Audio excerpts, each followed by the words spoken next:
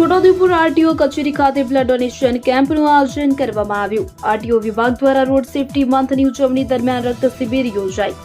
Chhota Udepur RTO કચેરી ખાતે હાલ તારીખ 1 જાન્યુઆરીથી ચાલી રહેલી રોડ સેફટી મંથની ઉજવણીના ભાગરૂપે આજરોજ રક્તદાતા દાન શિબિરનું આયોજન કરવામાં આવ્યું હતું। સદર શિબિરમાં 20 ઉપરાંત વ્યક્તિઓએ રક્તદાન કર્યું હતું, જેમાં 108 એમ્બ્યુલન્સ સેવાના ડ્રાઈવર્સે પણ રક્તદાન કરી માનવતાનું ઉત્તમ ઉદાહરણ પૂરું પાડ્યું હતું। આ કાર્યક્રમનું ઉદ્દેશ્ય રક્તદાન વિશે જાગૃતિ ફેલાવવાનું અને જરૂરિયાતમંદ દર્દીઓને મદદરૂપ થવાનું છે।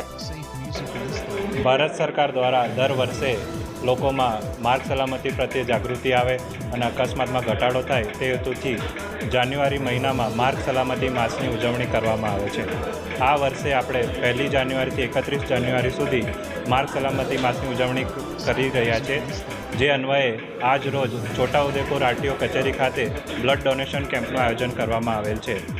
હમણાં સુધી 25 યુનિટ જેટલું બ્લડ ડોનેટ થઈ ચૂક્યું છે અને 80 થી 90 યુનિટ જેટલા બ્લડ ડોનેટ થશે।